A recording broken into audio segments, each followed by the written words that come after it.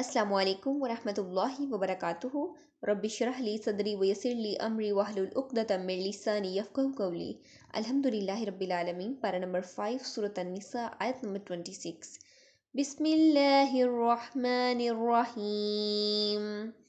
युरीदुल्लाहु लियुबय्यिन लकुम व यहदियकुम सुननल लज़ीना मिन क़ब्लिकुम व यतूबा अलैकुम वल्लाहु अलीमुन हकीम।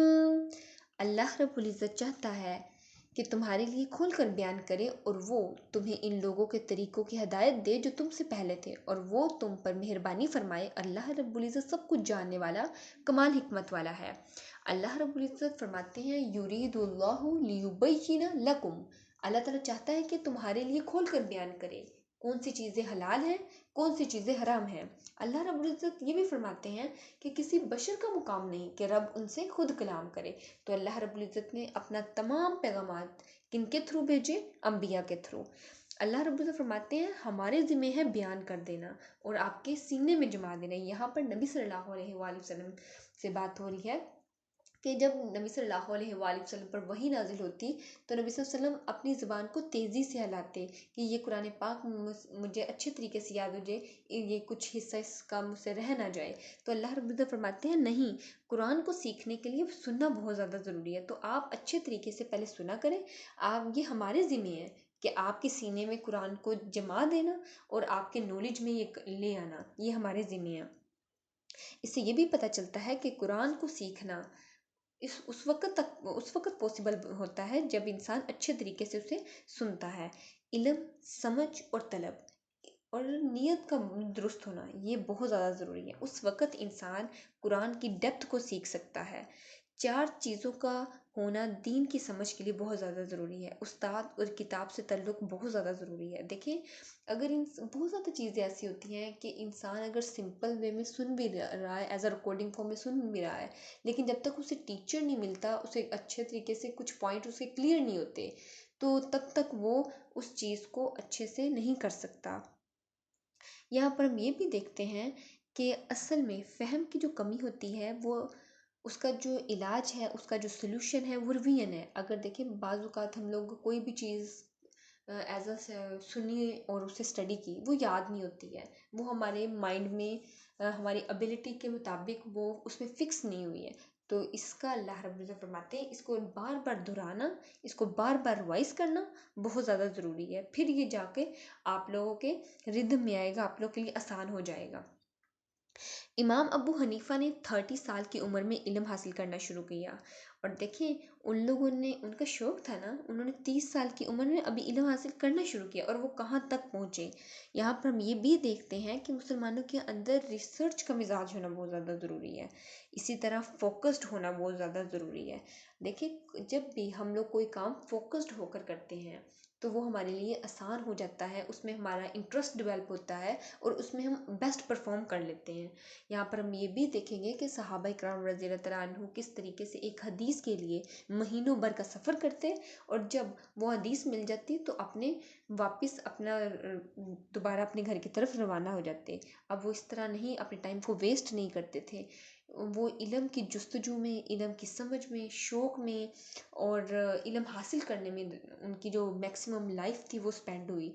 किस तरह हज़रत अबू बकर सिद्दीक़ रज़ियल्लाहु तआला अन्हु जब मुसलमान हुए तो फ़ौरन इन्होंने शेयर अपने जो साथ वाले फ्रेंड्स थे, हज़रत उस्मान थे और 5 ऐसे सहाबा उनके हाथों मुसलमान हुए थे जो अशरा मुबशरा में से थे। देखिए इन लोगों ने किस तरीके से दीन को शेयर किया कि अल्लाह रब्बुल इज़्ज़त क्या बताता है कुरान में, कद बय्यना लकुमुल आयाति लअल्लकुम ताक़िलून। ये सूरत हदीद आयत नंबर 17 में अल्लाह रब्बुल इज़्ज़त फरमाते हैं यकीनन हमने तुम्हारे लिए निशानियाँ खोल कर बयान कर दी ताकि तुम समझो। और देखें, ये वही लोग समझ सकते हैं जो गौर व फिक्र करते हैं, जो फोकस्ड रहते हैं, जो कुरान की तालीम है उसके लिए कॉन्शियस रहते हैं। कज़ालिका युबय्यिनुल्लाहु लकुम आयातिही लअल्लकुम तहतदून। इस तरह अल्लाह रब्बुल इज़्ज़त अपनी निशानियाँ तुम्हारे लिए खोल कर बयान करता है ताकि तुम हदायत पा जाओ। व यहदियकुम سنن الذین من قبلکم، اور وہ تمہیں ان لوگوں کے طریقوں کی ہدایت دے جو تم سے پہلے تھے۔ پہلے لوگوں کے طریقے سے مراد یہ ہے جو قابل تعریف طریقے تھے۔ اللہ رب العزت کی کن لوگوں نے شریعت پر، اللہ رب العزت کے احکامات پر عمل کیا، یہ ان لوگوں کی باتیں اللہ رب العزت کہہ رہے ہیں کہ ان اللہ رب العزت بھی پھر تم لوگ کو ان صالحین لوگوں پر، صالحین لوگوں میں شامل فرما دے۔ وَيَتُوبَ عَلَيْكُمْ، اور وہ تم پر مہربانی فرمائے گا۔ دیکھیں اللہ رب العزت کو پتہ ہے کہ انسان خطا کار، انسان کا مطلب ہی یہ ہے کہ بار بار مسٹیک کرنے والا، بار بار بھول جانے والا۔ اللہ رب العزت فرماتے ہیں تم توبہ کرو، میں تمہاری توبہ قبول فرماؤں گا اور تمہارے گناہ بھی معاف فرما دوں گا۔ واللہ علیم حکیم، اور اللہ رب العزت سب کچھ جاننے والا، کمال حکمت والا ہے۔ اللہ رب العزت کو دینوں کے بھید پتہ ہے، اللہ رب العزت کو نیت انسانوں کی نیت پتہ ہے، ارادے پتہ ہے۔ آیت نمبر 27، وَاللَّهُ يُرِيدُ أَن يَتُوبَ عَلَيْكُمْ وَيُرِيدُ الَّذِينَ يَتَّبِعُونَ الشَّهَوَاتِ أَن تَمِيلُوا مَيْلًا عَظِيمًا،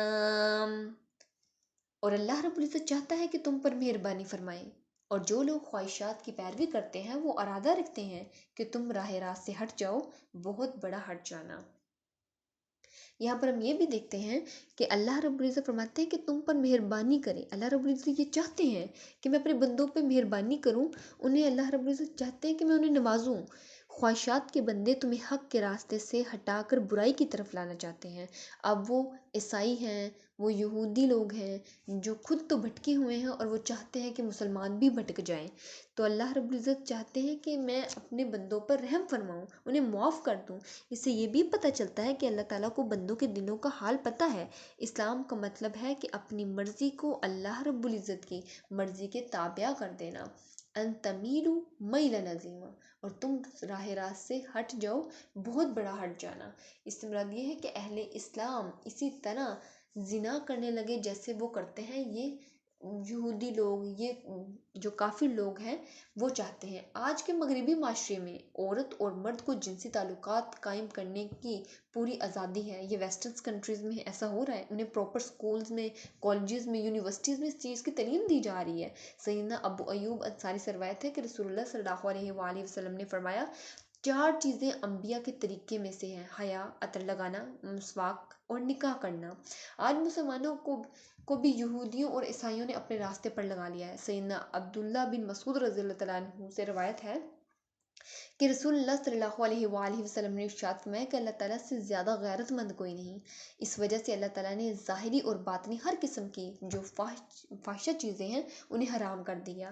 اسی طرح ہم یہ بھی دیکھتے ہیں، صحیح مسلم کی روایت ہے 6992 نمبر پر، اللہ رب العزت فرماتے ہیں اللہ تعالیٰ سے بڑھ کر کوئی تعریف کو پسند کرنے والا نہیں ہے۔ سیدنا ابن عمر رضی اللہ تعالیٰ عنہ سے روایت ہے کہ رسول صلی اللہ علیہ وسلم نے ارشاد فرمایا حیا اور ایمان ساتھ ساتھ ہیں، جب ان میں سے ایک بھی چیز چلی جائے تو دوسرا آٹومیٹیکلی ہی چلا جاتا ہے۔ اللہ رب العزت سے دعا ہے کہ اللہ رب العزت ہمیں دین کی سچی سمجھ نصیب فرمائے، اس پہ خود بھی عمل کرنے، دین کا پیغام دوسروں تک پہنچانے کی توفیق عطا فرمائے۔ آمین۔ وآخر دعوانا ان الحمد للہ رب العالمین۔ سبحانک اللہم وبحمدک نشہد ان لا الہ الا انت نستغفرک ونتوب الیک۔ السلام علیکم ورحمۃ اللہ وبرکاتہ۔